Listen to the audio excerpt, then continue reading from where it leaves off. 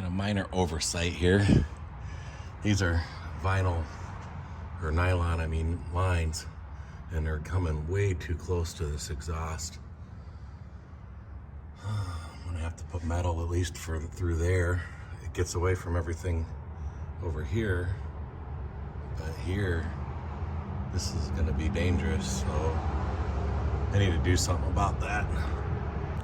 All right, so I just unplugged everything and I ran it, and I got new hose, well, I had it laying around somewhere, finally found it. So I took all the hose and now it's completely covered in hose.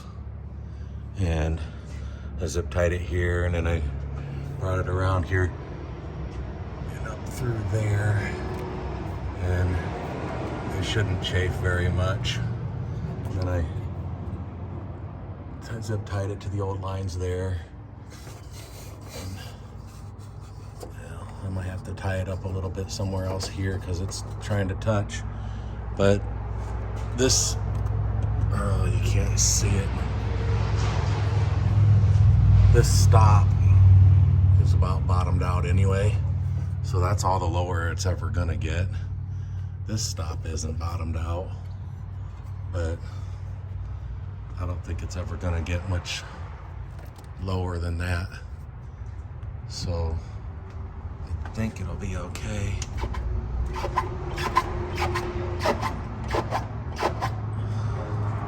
It's hitting the tires anyway. I'm probably gonna wind up taking these off. If I'm gonna leave these tires on, I'm gonna take these off and put this bolt up here probably, because that'll raise it up a couple inches and get it off the tire, because I put the top down, it put all that weight back there, and now it's about touching anyway. So there's that.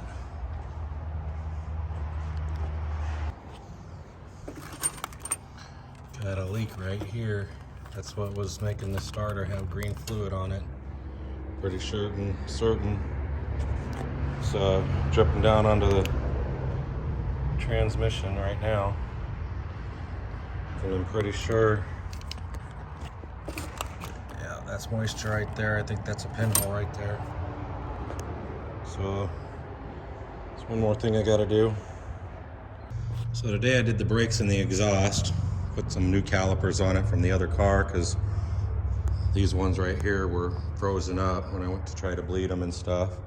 So I ran a couple brake lines, and all I had to do is bolt the exhaust on. I don't know, there's these, what if you can turn on the, hold on, I had to turn on the flash.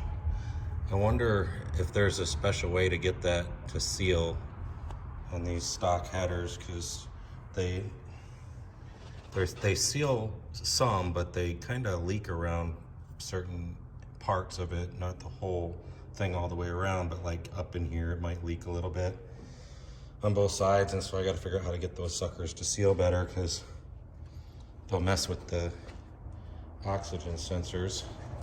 And then I got to wire this fan up still, and right now I'm just using these jumper wires and putting them on the battery, and this is going to be the power for the fan. But I need to, this is the excite wire, and I know where that goes. It goes to that one with the tape on it right there, but I forget where these two go. I know one of them probably goes to the battery, but I don't know where the other one goes, and they're both black and orange, so I need to figure out that. And then the alternator should work, and then I should be able to drive it down the road, because I did get antifreeze in it today and I burped it and everything. I don't have a brake bias. I need to get one of them Woodward ones and put it right here like I had in it before, and but the brakes seem to be working. They stopped me, but they were a little bit oily and dirty, so they're going to need to stop a few dozen times to really be good at stopping. But that's where I'm at now. Got her driving down the road, holding temperature. The electric fan works, so we're good. All right, this white wire that comes off the alternator goes to this black and white wire right here, which goes down to this regulator plug, and then a white wire and a black and green wire come back out of that plug and go this way.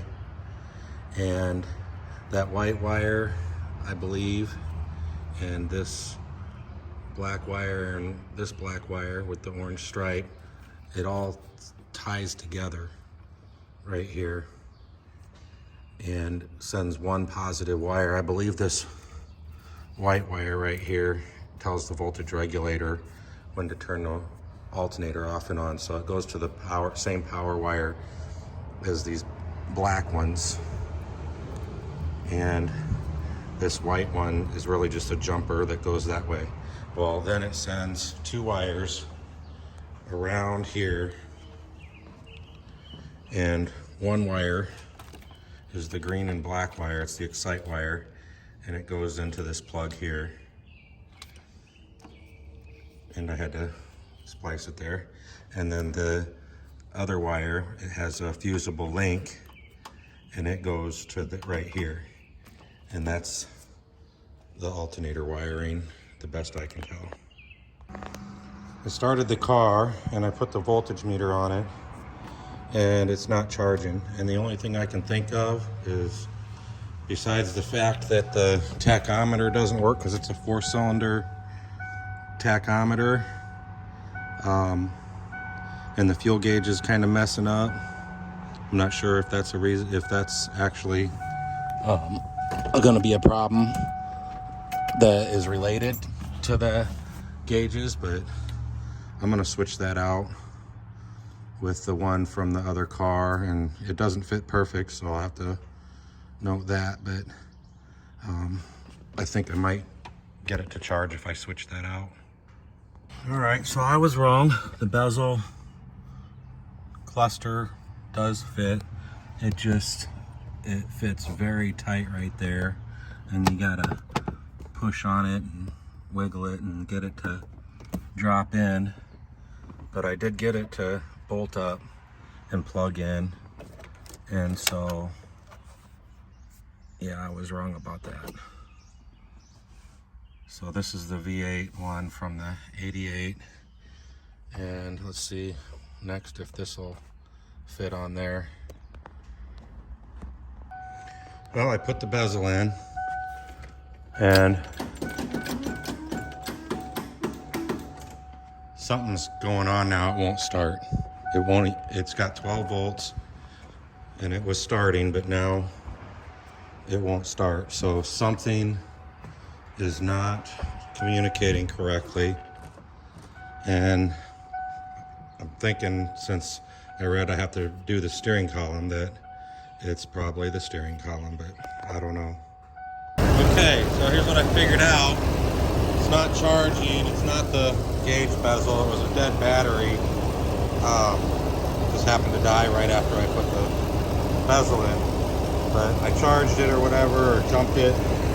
Well, this green and black wire, if I put 12 volts to it, and that's going to the alternator, that green and black wire. This is the green and black wire that comes from the dash. It goes to the oil light. But I did figure out if I put 12 volts to this, it starts to charge. And if I rev it up, it'll go up to 14 volts and stay there. So I'm having a hard time figuring out why I shouldn't just take this wire and run it straight to the positive on the battery. Well, I guess one good reason would probably be is that might drain the battery when the car is off. So I'm not getting 12 volts or any voltage here coming out of the car. So I gotta figure that out. Oh, and by the way, the fuel gauge is down where it's supposed to be now instead of on 3/4 of a tank. The oil pressure is reading good. Battery is reading better, so it does need the right bezel for everything to work. The speedometer is going to work, the tachometer is working now, so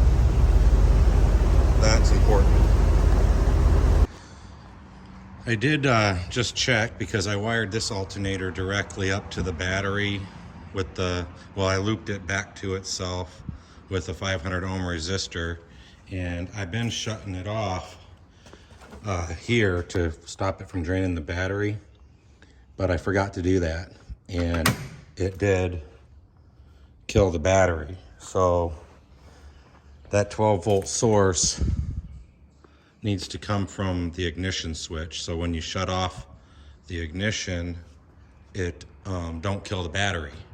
So I'm gonna have to do it to this car, and I'm gonna have to do it to this car. I already have a wire from when I did something else a while back on the ignition. Where'd it go? Oh no, I don't, because I switched it out. There's a, well, I don't even know what wire it is now, but there's a wire in here that I need to jump into to get a 12 volt on in run position, 12 volt in run position wire to make that exciter wire work if I'm gonna skip over whatever it does through the dash. Okay, so this red and green wire right here coming out of the ignition switch, I gotta jump into that, and that will give me 12 volts when the ignition switch is on, and then I can run that up to the battery and put a 500 ohm resistor in it. Alright, so I took this resistor off my race car, and I plugged it in right here. This is supposed to be a 12 volt source, and it didn't make the alternator kick on, so I took it off and I plugged it straight in, and it does make the alternator kick on. I took a voltage reading off of this, and it was reading 10 volts, so I'm going to do that again and see if I'm right. But if that's a consistent 10 volts, it doesn't need a resistor. Okay, that's reading 12 volts now. So I'm going to plug this resistor back in and see if it makes the alternator work or not. Okay, it was reading 12 volts. And so I plugged the resistor back in and put it in here, and it still didn't make the alternator work. So I just plugged it straight back in, and now I'm getting 13.3 volts at the battery.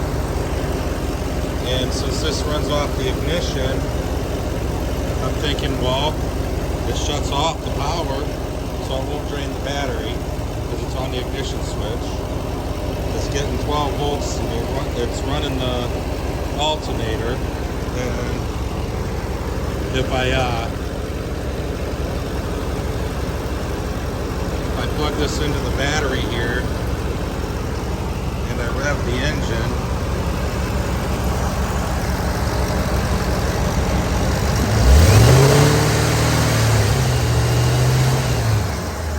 the voltage regulator kicks in and stops it at 14 volts. So I think I'm good. And I'm going to put this in a box and save it somewhere, because on that race car, I think I'm just going to run a wire to the ignition switch, and that should work on that car too. Speedometer works, tachometer works, it actually drives pretty straight. I did pretty good on the alignment for pretty well half-assing it. Got a little bit of rear gear noise, I think.